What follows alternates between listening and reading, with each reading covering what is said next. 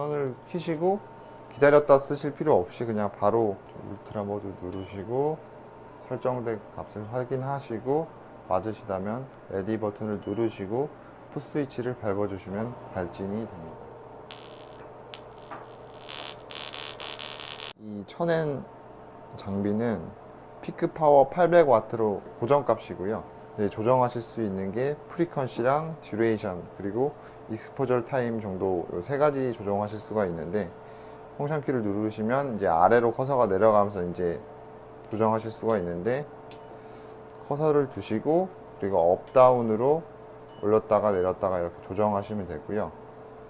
듀레이션도 이렇게 조정하시면 되고, 또 익스포저 타임 같은 경우에는 여기 익스포저 모드 요 버튼으로 이렇게 바꾸실 수가 있으십니다.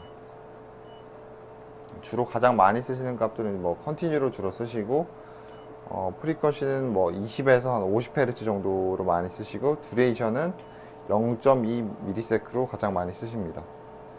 그리고 저희 CO2 레이저는 CW 모드, 컨티뉴어스 웨이브 모드와 울트라 펄스 모드 두 가지가 있는데, CW 모드 같은 경우에는 일단 절개 모드인데요.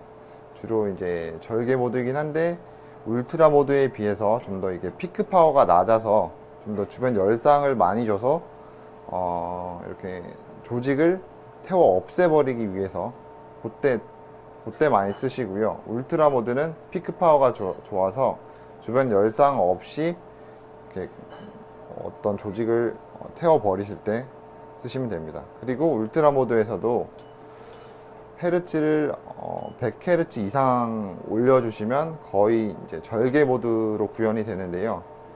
이 울트라 모드에서 100Hz 이상으로 사용하시는 게 훨씬 더 주변 열상 없이 칼로 벤 듯한 깔끔하게 커팅 시술을 하실 수가 있으십니다. 에이밍 빔은 CO2가 어디에 떨어지는지 정확하게 딱 미리 알 수 있게끔 조정 빔이거든요. 그래서 이 에이밍 빔은 이 컨트롤러로 이렇게 조정해 주시면 되고요. 너무 밝으시면 또 이렇게 너무 퍼져 버리기 때문에 정확한 위치를 알 수 없기 때문에 적당한 빔의 밝기로 유지해 주시는 것이 좋습니다.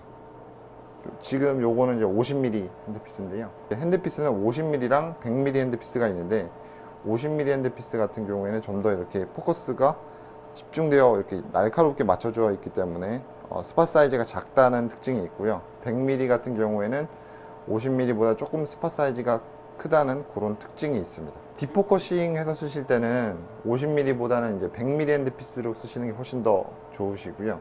50mm 같은 경우에는 포커스가 이렇게 맞춰져 있기 때문에 조금만 디포커싱을 해도 이게 스팟이 이렇게 다 그냥 퍼져버리기 때문에 출력이 거의 나오지 않고요. 그래서 이제 100mm로 바꿔 끼우시면 좀 더 스팟이 좀 더 이렇게 멀리 잡혀 있어서 조금 디포커싱 하셔도 좀 더 이렇게 스팟이 좀 유지가 됩니다. 디포커싱을 하게 되면 스팟이 크게 찍히고요.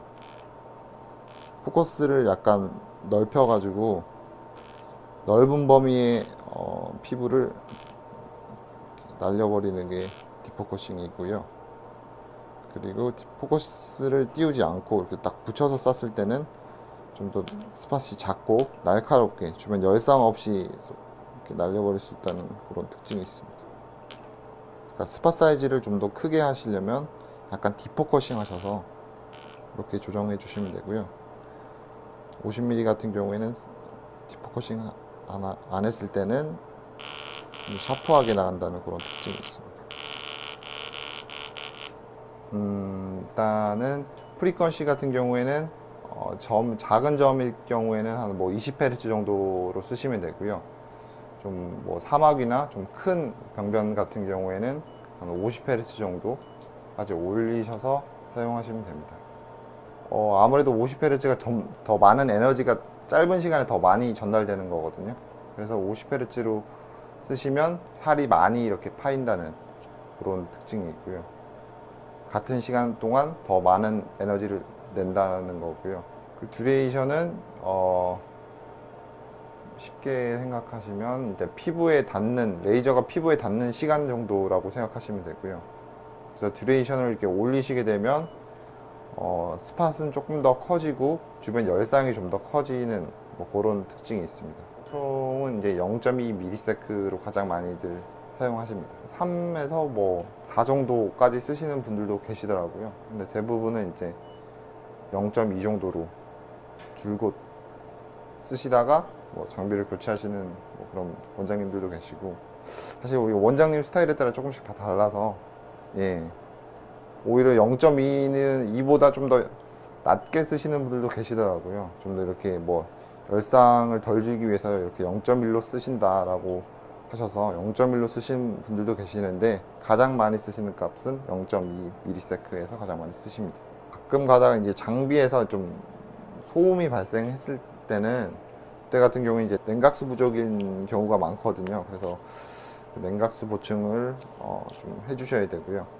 뒷부분을 여시면 아마 이쪽 부분에 이렇게 냉각수 넣는 통이 있습니다. 거기에 이제 위에 아마 이렇게 케이블 타이로 딱 고정되어 있을 텐데, 그 케이블 타이를 끊어 주시고 거기다가 이제 증류수를 넣어 주시면 되거든요.